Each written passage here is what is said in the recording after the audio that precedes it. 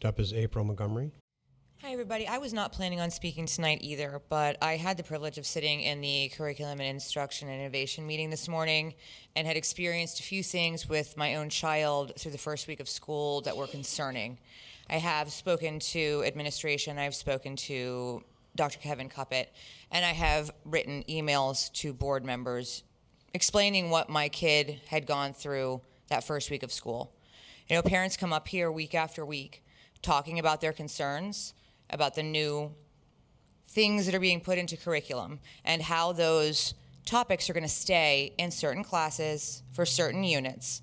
And we've been appeased by being told that there would be opt-outs for those specific subjects, which I think is great, because I think there is a place for certain topics to be, and if we can opt our children out because it doesn't go with our beliefs, wonderful. But when those topics start bringing their way into other classrooms where they do not belong, that's where you start seeing the reluctance. That's what the parents are afraid of.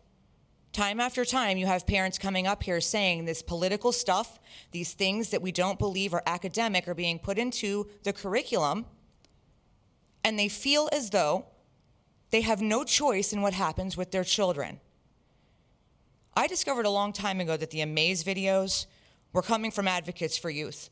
And when I heard a board member today read the mission statement for Advocates for Youth and express her concern with having an MOU with such a partisan and determined organization, it gave me hope that maybe some of you on the board will start to realize that we're not supposed to push our kids in a certain direction.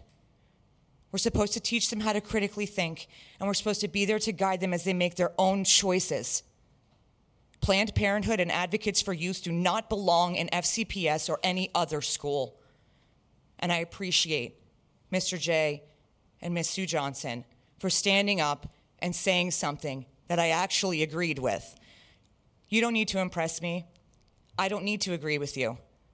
But my children go to these schools. And my kid got given a lesson in English class about preferred pronouns and how she needs to be calling everyone they, them as to not offend.